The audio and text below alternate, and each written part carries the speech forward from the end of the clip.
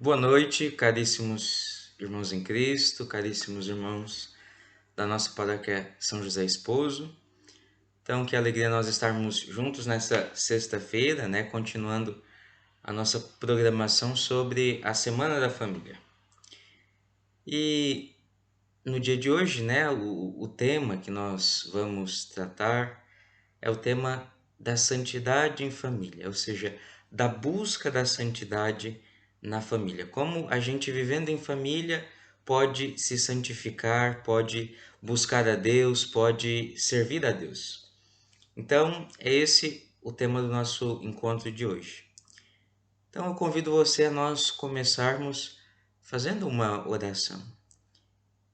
Você que talvez esteja aí sozinho ou talvez reunido com a sua família nesse momento para assistir essa transmissão, vamos juntos elevar a Deus uma prece, pedindo a Deus pelas nossas famílias e por todas as famílias da nossa paróquia. Em nome do Pai, e do Filho, e do Espírito Santo. Amém. Vinde, Espírito Santo, enchei os corações dos vossos fiéis e acendei neles o fogo do vosso amor. Enviai o vosso Espírito e tudo será criado, e renovareis a face da terra. Oremos. Ó Deus, que instruístes os corações dos vossos fiéis com a luz do Espírito Santo, fazei que apreciemos retamente todas as coisas segundo o mesmo Espírito e gozemos sempre da sua consolação. Por Cristo, Senhor nosso. Amém. Maria, Mãe da Igreja, rogai por nós. São José, rogai por nós. Em nome do Pai, do Filho e do Espírito Santo. Amém. Então, no mês de agosto, a gente celebra o mês das vocações, né? Na primeira semana, nós lembramos e rezamos pelas vocações sacerdotais. E nesta segunda semana de agosto, começando com o Dia dos Pais, nós lembramos das famílias, da vocação da família. Então, nós estamos rezando nessa intenção, estamos pedindo a Deus pelas nossas famílias e lembrando a importância dessa vocação, que é o chamado à vida familiar. Bom, foi o próprio Deus que quis que o ser humano tivesse família, né? Quando Deus cria o homem lá no Gênesis, o homem olha os animais ao redor e ele percebe que ele está só. Então Deus cria a mulher e diz: não é bom que o homem esteja só, vamos dar-lhe uma companheira, uma auxiliar. E Deus cria a mulher. E quando os dois estão ali no paraíso, Deus diz: crescei, multiplicai-vos. Deus abençoa aquela união e é assim que surge a família. Surge de um propósito divino, de um plano divino, de um plano de Deus. Deus criou o ser humano à sua imagem e semelhança. Ou seja, Deus deixou no ser humano algo que não deixou nos animais, que são rastros, que são características próprias da essência divina, do ser divino. Então, Deus, ele é amor, Deus deu ao ser humano a capacidade de amar. E essa capacidade de amar se manifesta no fato de que o ser humano vive em família, constrói uma família, um homem se une à sua mulher, os dois geram os filhos e ali existe aquele convívio, aquela sociedade de amor. Então a família ela é um projeto de Deus, faz parte do plano de Deus e faz parte da essência do ser humano, porque nós fomos criados por Deus para amar, para amar as pessoas. É assim que nós vamos entrar no céu. Nós vamos entrar no céu amando a Deus e, por causa de Deus, amando as pessoas, amando aqueles que Deus nos deu. E onde é que entra essa história de santidade, de busca da santidade em família e na família? E por que que me veio essa ideia, né, de no dia de hoje falarmos sobre esse tema? A Igreja nos recorda que todo ser humano é chamado à santidade. Todo ser humano é chamado a ser santo. E o que é ser santo? É amar como Deus ama. É amar como Deus ama, porque o próprio Deus, ele se encarnou, ele se fez um ser humano, ele se fez um ser humano e ele nos dá a sua graça para corresponder ao seu amor. Então, a santidade é esta vida de comunhão com Deus em que Deus vai se tornando cada vez mais aquele que nos move, aquele que age em nós, aquele que vive em nós. Como diz o apóstolo São Paulo, não sou eu que vivo, é Cristo que vive em mim. Então, uma pessoa santa é uma pessoa que permite que Cristo viva nela, que Cristo fale nela, que Cristo haja nela, que Cristo pense, sinta nela. É isso que é a santidade. E, em resumo, né, claro, e toda pessoa é chamada à santidade. Toda pessoa que é batizada, que recebeu a graça de Deus, a graça santificante, toda pessoa é chamada à santidade. Todos, todos, todos. Mas às vezes assim, a gente percebe que existem algumas pessoas que não compreendem direito esse chamado à santidade e pensam que só é possível ser santo na vida religiosa. E aí, quando a pessoa já é casada e depois de algum tempo é que ela teve um encontro com Deus, um encontro de conversão, um encontro com a palavra de Deus, ela sente no coração aquele desejo de servir a Deus, de entregar sua vida para Deus, de se doar totalmente, mas ela encontra um certo obstáculo na família, porque ela queria dar tudo para Deus, mas agora ela tem uma família e ela fica dividida e a família acaba sendo um empecilho, né? Ou pelo menos ela enxerga a família como um empecilho, um peso, uma luta. Então, a finalidade, né, dessa nossa fala de hoje é que a gente entenda que a nossa família ela é um meio de santificação, um meio de nós amarmos e servirmos a Deus. Nossa família é um meio, é um instrumento para a gente ser santo. Então vamos acreditar nisso e vamos colocar isso em prática. Então na Sagrada Escritura existe na carta aos Efésios um trecho em que São Paulo ele está falando sobre a vida em família. É um texto muito conhecido. Ele fala para a família, né, de um modo geral, sede submissos uns aos outros no temor de Cristo. E aí ele vai falar com as mulheres. Mulheres, sejam submissas ao seu marido como ao Senhor, pois o marido é a cabeça da mulher, como Cristo também é a cabeça da igreja, seu corpo, do qual ele é Salvador. Por outro lado, como a igreja se submete a Cristo, que as mulheres também se submetam em tudo aos seus maridos. Aí as pessoas podem olhar esse texto aqui e falar assim, nossa, que machismo, século XXI, onde já se ouviu falar uma coisa dessa? Mulheres sejam submissas aos seus maridos. Mas antes vamos perceber uma coisa. Primeiro, São Paulo ele começa esse texto sobre a vida em família falando: sede submissos uns aos outros no temor do Senhor.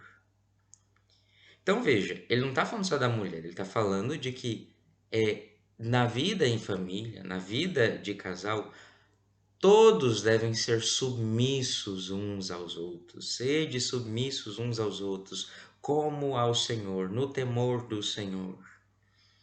Então, essa submissão deve ser uma submissão mútua.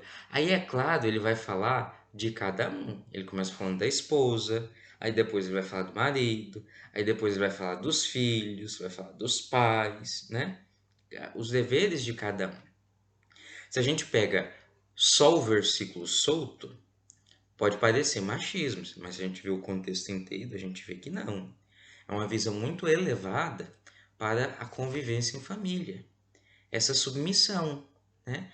A gente não querer ser mais do que o outro, essa humildade no relacionamento. Cada um, é claro, tendo o seu papel, o pai como pai, a mãe como mãe, filho como filho, mas todos tendo essa mútua submissão uns aos outros. As mulheres sejam submissas ao marido. E depois ele vai continuar: maridos, amai as vossas mulheres como Cristo amou a igreja e se entregou por ela, a fim de santificá-la pela palavra. Ou seja, como é que Cristo amou a igreja e se entregou por ela? Na cruz, dando a sua vida, derramando seu sangue. Então São Paulo está dizendo que os maridos devem dar a vida pela sua esposa. Assim como Cristo deu a vida pela igreja, assim como Cristo foi todo para a sua igreja, assim como Cristo deu a sua vida, assim como Cristo fazia tudo pensando na sua igreja, nos seus discípulos, naqueles que ele veio salvar, assim também o marido deve ser para com a esposa.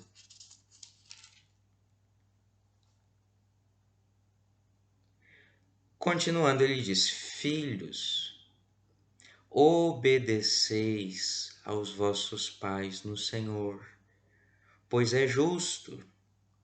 Honra teu pai e tua mãe. Este é o primeiro mandamento, que vem acompanhado de uma promessa, a fim de que sejais feliz e tenha vida longa sobre a terra. Então, filhos, obedeçam, honram seus pais, para que vocês mesmos sejam felizes, né? A honra, como as pessoas perderam hoje em dia a noção do que é a honra. Veja que a nossa obediência aos nossos pais, ela é de alguma forma relativa. Nós não somos obrigados a obedecer em tudo os nossos pais. A gente é obrigado a obedecer aos nossos pais quando nós somos crianças, né? Mas depois que nós crescemos, nós não somos obrigados a obedecer em tudo. Então, vamos supor que um pai quer que o filho seja médico, mas o filho quer ser advogado, carpinteiro. Se o filho desobedecer o pai nesse caso, ele não está cometendo pecado nenhum. É uma escolha dele. Pode ser discutível essa escolha, se é melhor ou não, mas em si não é um pecado se o pai quer que ele tenha uma profissão e ele quer ter outra. Mas aconteça o que acontecer, o filho seja criança, seja adulto, o filho sempre deve honrar o pai, quer dizer, ter esse respeito, esse cuidado, essa honra pelo pai. Não concordar com meu pai, com a minha mãe, não me dá o direito de ofendê-los, de desonrá-los. Eu tenho o direito de discordar dos meus pais, eu tenho o direito de ter opiniões diferentes, ideias diferentes, mas não de ofendê-los, não de agredi-los, não de ficar emburrado, virar a cara para os meus pais. Isso não. Isso é uma desonra. Então, aconteça o que acontecer, é sempre um dever de um filho honrar o pai. Mesmo até quando o pai está errado, a mãe está errada, isso não nos dá o direito de faltar com o respeito para com eles, né? É Deus quem está nos pedindo isso. Então, essa honra, a importância da honra familiar, de nos tratarmos com honra, nos tratarmos com respeito, sem xingamento, sem grosserias, sem malcriação. Termos honra no tratamento uns com os outros. E vós, pais, não provoqueis a ira em vossos filhos, mas educai-os na disciplina e no ensinamento do Senhor. Quer dizer, pais, vocês têm o dever de educar, mas não façam isso em excesso. Disciplinem os seus filhos, ensinem para eles o caminho da disciplina e, sobretudo, da obediência a Deus, mas não provoquem ira nos vossos filhos. Não se excedam, não cometam excessos. E aí ele vai dizer também dos servos. Hoje em dia não existe mais servos, isso era uma realidade daquele tempo. Mas o servo, o empregado, ele fazia parte da família. Então ele não era igual é hoje, né? Que você pode ter na sua casa um funcionário e pode demitir ele a qualquer hora. É claro, com carteira assinada e tudo mais, mas você pode demitir, dispensar a pessoa. Um servo naquele tempo era alguém que fazia parte da família. Não era alguém dispensável, era alguém que morava na mesma casa, que morava na mesma propriedade, que vivia junto. Então, São Paulo está recordando aqui: servos, obedecei aos vossos senhores, com temor e temor, na sinceridade de vosso coração, como a Cristo. Então, servos, sirvam os seus senhores, como a Cristo, como a Jesus. Servi de bom grado, servindo ao Senhor e não a simples homens, sabendo que cada um, seja escravo ou livre, receberá do Senhor a paga pelo bem que tiver feito. Então ele está dizendo aqui propriamente para aqueles que são os servos da casa, mas isso serve para todo mundo, porque todo mundo tem que ser submisso uns aos outros, todo mundo tem que servir uns aos outros. Servir no temor do Senhor, servir os outros, servindo no outro o próprio Jesus. Então, na vida de família, a gente precisa fazer isso. Servir aqueles que estão na nossa casa, servindo o próprio Jesus, fazendo de coração.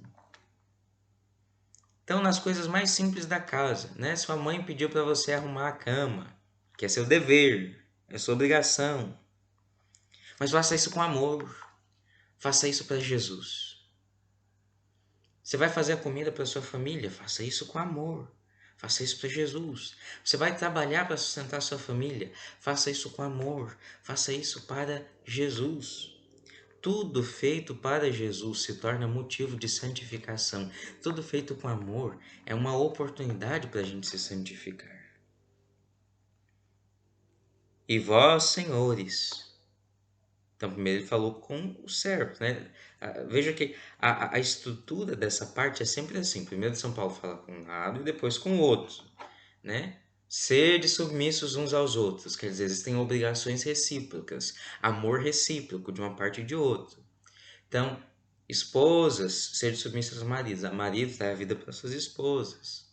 Filhos, obedeçam aos pais. Pais, não trateis mal os vossos filhos, ensinai a eles a disciplina. Senhores, obedecei com amor os vossos servos. Aliás, servos, obedecei com amor dos seus senhores. E agora, senhores, fazei o mesmo para com os servos. Deixai de lado as ameaças, sabendo que o Senhor deles e vosso, está nos céus e não faz acepção de pessoas. Quer dizer, senhores, não tratais os vossos servos mal, porque Deus vê tudo. Deus não faz acepção de pessoas, Deus não divide. Então, tratai como irmãos. Então, isso que São Paulo fala aqui na carta aos Efésios, em si, é o grande resumo da santidade na vida familiar. Como a gente se santifica vivendo em família. Nos últimos anos, né, pela graça de Deus, pelo sopro, pela inspiração do Espírito Santo, os vários documentos da Igreja, eles têm repetido, têm enfatizado essa questão do chamado universal à santidade.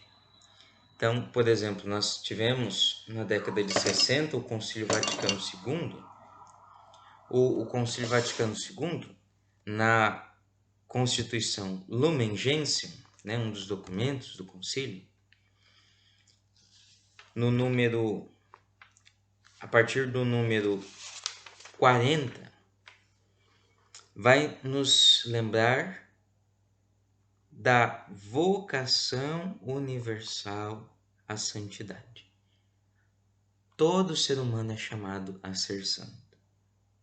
Então ele lembra: o Senhor Jesus Cristo, modelo e mestre de toda a perfeição a todos e a cada um dos seus discípulos, de qualquer condição, pregou a santidade de vida, da qual ele mesmo é o autor e consumador. Quer dizer, Jesus pregou para todos, de toda condição, a santidade de vida, da qual ele mesmo é o autor e consumador. Quer dizer que a santidade, ela é o efeito da ação de Cristo em nós, da ação de Cristo na nossa vida, da ação de Cristo na nossa alma.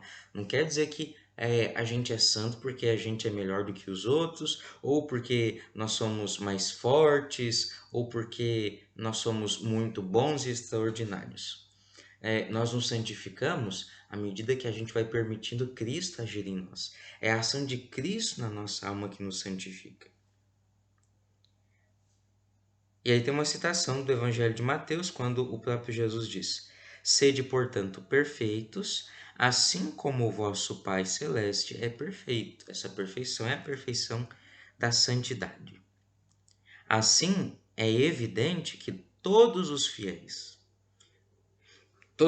cristãos de qualquer estado, quer dizer, um padre, um religioso, um solteiro, um pai de família, um jovem, uma criança, um idoso, um trabalhador, um doente, um acamado, um cadeirante, todo cristão de qualquer estado ou ordem são chamados à plenitude da vida cristã e à perfeição da caridade.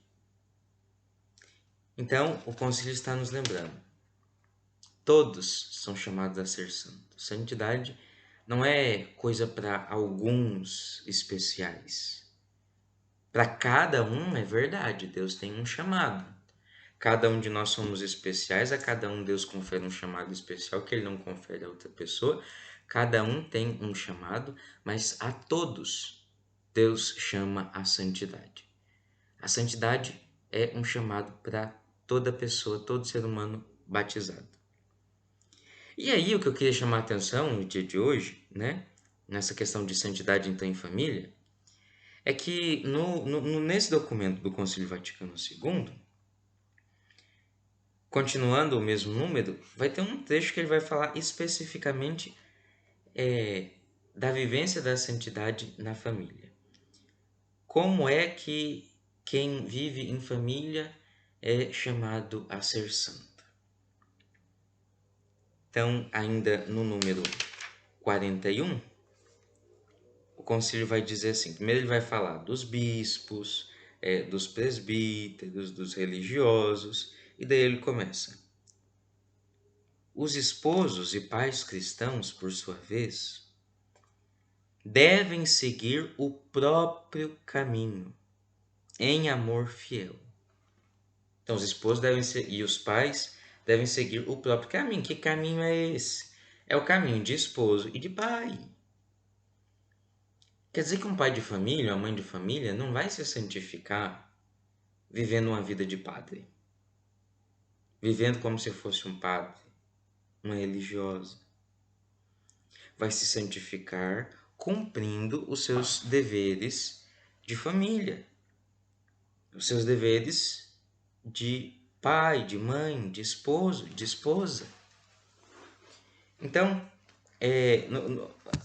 no início eu falava, né, da dificuldade de algumas pessoas que sentem, né, no coração esse desejo de servir a Deus, né, de entregar-se totalmente para Deus, e aí olham a família como um obstáculo, quando na verdade não. Se você é casado, casada, se você é pai e mãe, se você vive em família, como é que você vai se santificar? É cumprindo os seus deveres de pai, de mãe, de esposo e de esposa para o Senhor Jesus. Existem coisas que são um caminho de santidade para todo mundo. Quer dizer, que todo cristão, pelo fato de ser cristão, precisa fazer isso para se santificar. Então, obedecer os 10 mandamentos da lei de Deus. Obrigação de todo cristão. Então, todo mundo, padre, irmã, casado, solteiro, todo mundo para se santificar, precisa obedecer os mandamentos da lei de Deus.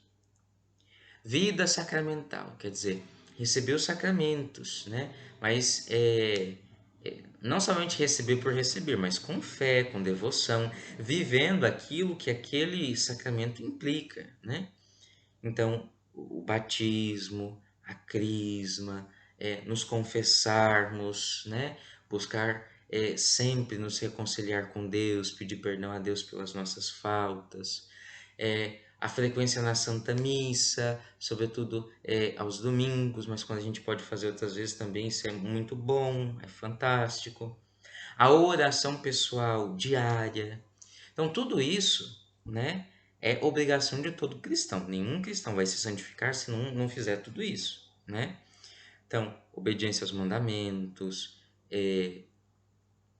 vida de oração, a leitura e a meditação da Sagrada Escritura, a vivência da caridade, do amor ao próximo, né? Tudo isso é obrigação de todo cristão. E aí, além disso que é obrigação de todo cristão, existem aquelas coisas que são específicas de cada vocação, que é o que a gente chama de dever de Estado. Então, a gente não se santifica se a gente também não cumprir bem, com amor por Deus, com espírito de serviço a Cristo. A gente não se santifica se a gente não cumprir bem o nosso dever de Estado. Não tem como a gente se aproximar de Deus se a gente não cumprir direito o nosso dever de Estado. Então, se alguém é pai, mãe, esposo, esposa, vai se santificar cumprindo com amor, com paciência, com devoção, essas obrigações que são próprias desses ofícios. É abraçando isso que essa pessoa vai se santificar e não fugindo disso. Por quê? Se a gente está usando das coisas da igreja para fugir do nosso dever de Estado, para fugir do chamado de Jesus, porque a vida em família é um chamado de Jesus, isso até mesmo ofende a Deus.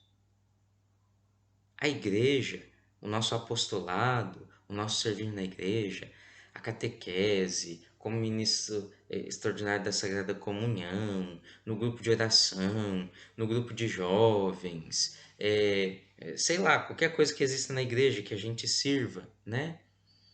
A gente não pode usar dessas coisas como uma fuga, como algo para a gente fugir dos nossos deveres em família, fugir de amar, né? O nosso esposo, a nossa esposa, o nosso pai, nossa mãe, os nossos irmãos, os nossos filhos. Então, as coisas da igreja não podem servir para a gente fugir de amar a nossa família, fugir de exercer o nosso dever de amar a nossa família, nosso dever de esposa, esposa, pai, mãe, filho, filha, irmão. Eu não estou aqui falando, criticando a gente servir na igreja, pelo contrário, eu sou padre, eu vivo na igreja, né?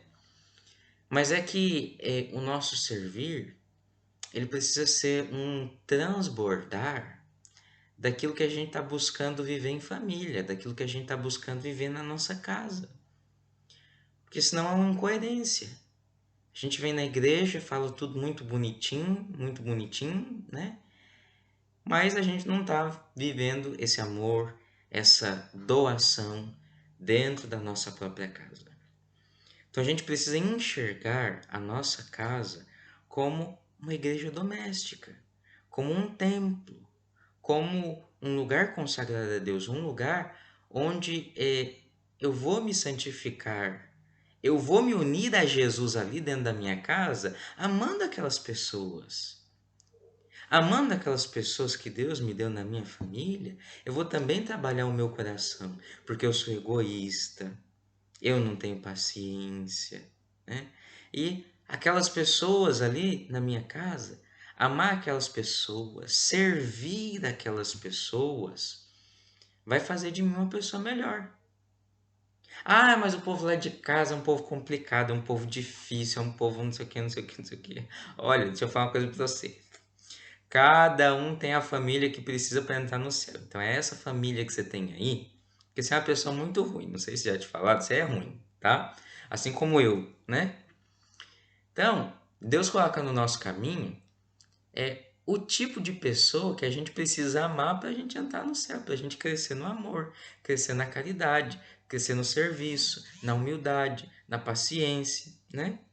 Então, as pessoas da nossa família são as pessoas que Deus escolheu. E se Ele escolheu, é porque é amando essas pessoas aí, e não outras, que a gente vai entrar no céu. Então, esse documento do concílio diz isso, né?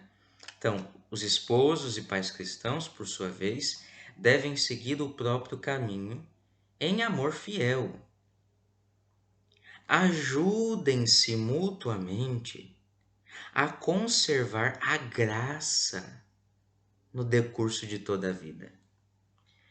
Então, você quer ser santo? Você precisa ajudar as pessoas da sua casa a viver na graça, a viver no caminho de Deus, né? O esposo ajudar a esposa ajudar o esposo, o pai ajudar o filho ajudar o pai, um irmão ajudar o outro.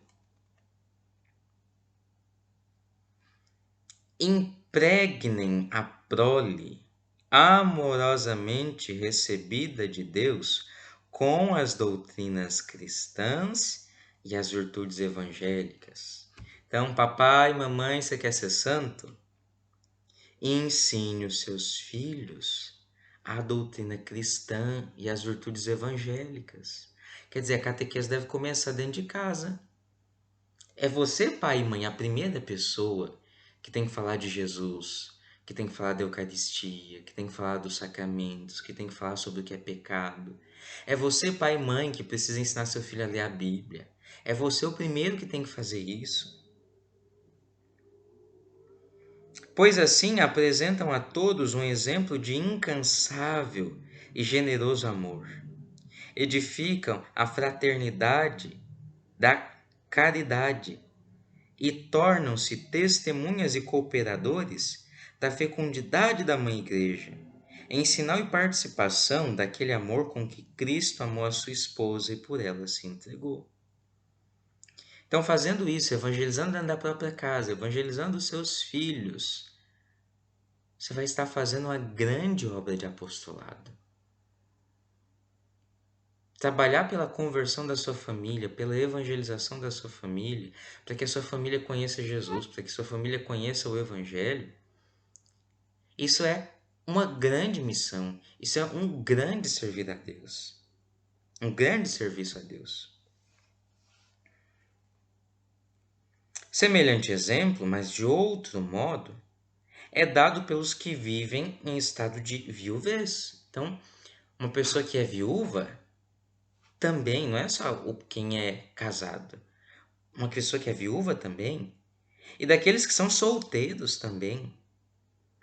Também eles podem contribuir não pouco em favor da santidade e operosidade da igreja.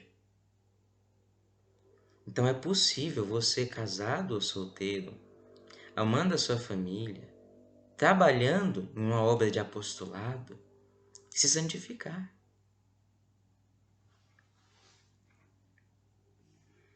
Aqueles, porém, que se empenham em trabalhos muitas vezes duros, devem aperfeiçoar-se a si mesmo pelas obras humanas.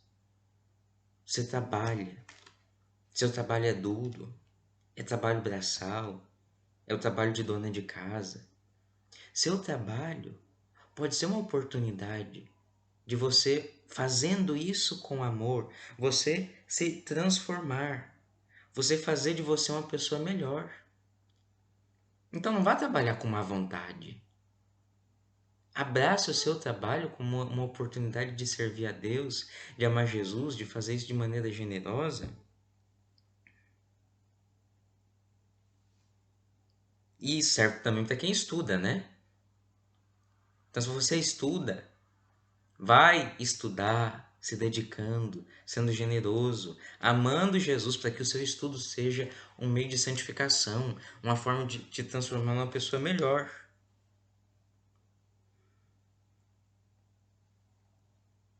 Ajudem seus concidadãos, ajudem o próximo, ajudem as pessoas. Promovam toda a sociedade e a criação de um Estado melhor. Em atuante caridade, alegres pela esperança, carregando os fardos uns dos outros, também imitem a Cristo, cujas mãos se exercitaram com os instrumentos do carpinteiro. Vocês já pararam para pensar nisso? Nosso Senhor Jesus Cristo viveu mais ou menos 33 anos. Desses 33 anos, 30 anos foi trabalhando ali junto com a sua família, né? Trabalhando na oficina de São José, na oficina de Nazaré, vivendo com São José e com Nossa Senhora, dando o exemplo de que a vida em família pode ser um meio de servir a Deus.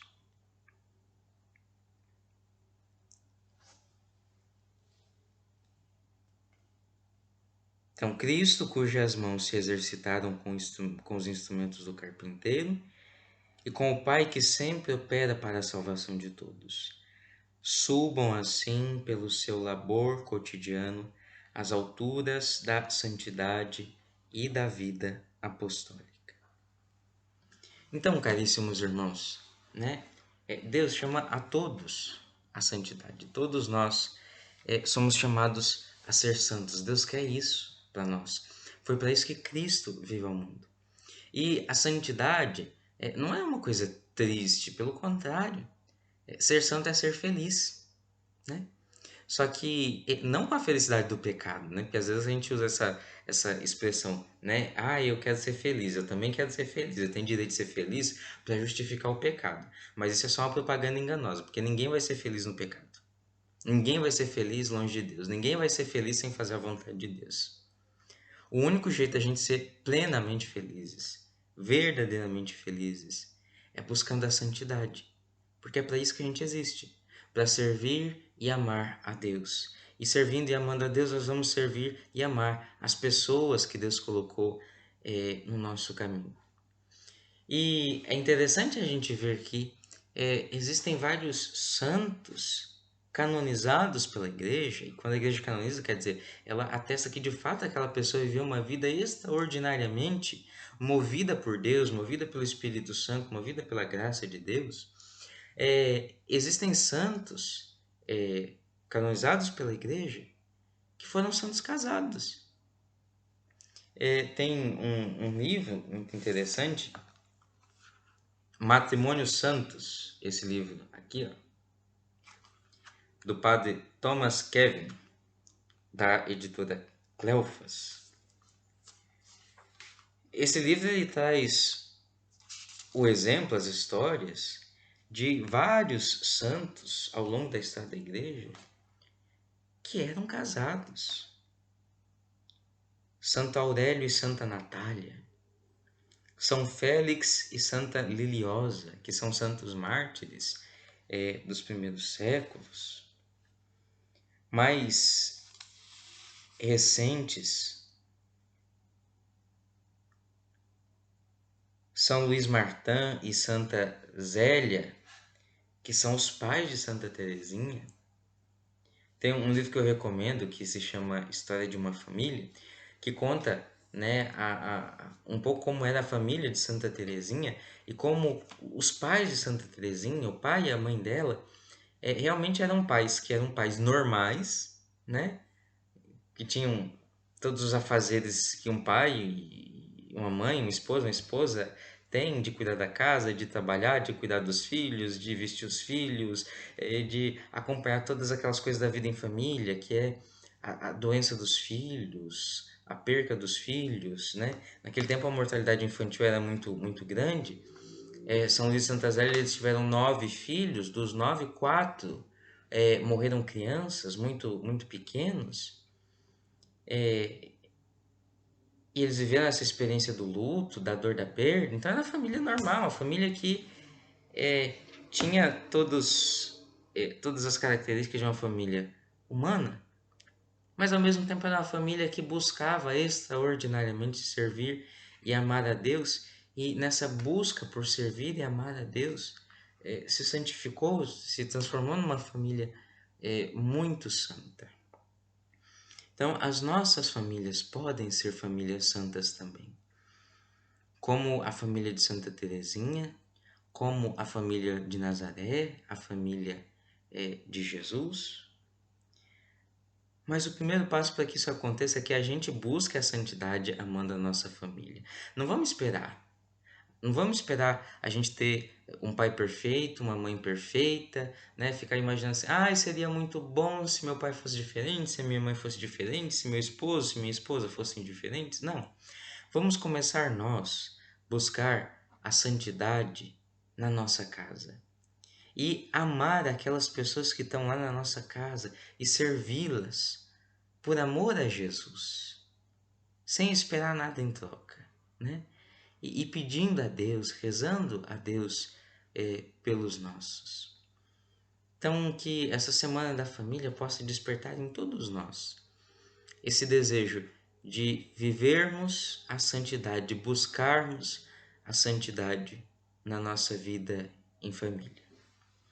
E nós temos aqui na nossa paróquia, né, uma relíquia de São Luís e uma relíquia de Santa Zélia, estão aqui dentro do relicário, não sei se dá para ver. São relíquias de primeiro grau de São Luís e Santa Zélia, os pais de Santa Teresinha. Então vamos encerrar essa noite de hoje, essa pequena palestra falando sobre a santidade em família, pedindo a bênção de Deus pela intercessão de São Luís e Santa Zélia, para que todas as famílias da nossa paróquia sejam famílias santas, pela restauração, pela conversão, pela santificação das nossas famílias. Então vamos pedir a Nossa Senhora pelos nossos, pela nossa casa, por nós mesmos, para que sejamos santos, servindo e amando a Deus, servindo e amando as pessoas que Deus colocou no nosso caminho, na nossa casa. Ave Maria, cheia de graça, o Senhor é convosco. Bendita sois vós entre as mulheres, e bendito é o fruto do vosso ventre, Jesus. Santa Maria, Mãe de Deus, rogai por nós, pecadores, agora e na hora de nossa morte. Amém. O Senhor esteja convosco, Ele está no meio de nós. Pela intercessão de São Luís e Santa Zélia, abençoe-vos Deus Todo-Poderoso, Pai e Filho e Espírito Santo. Amém.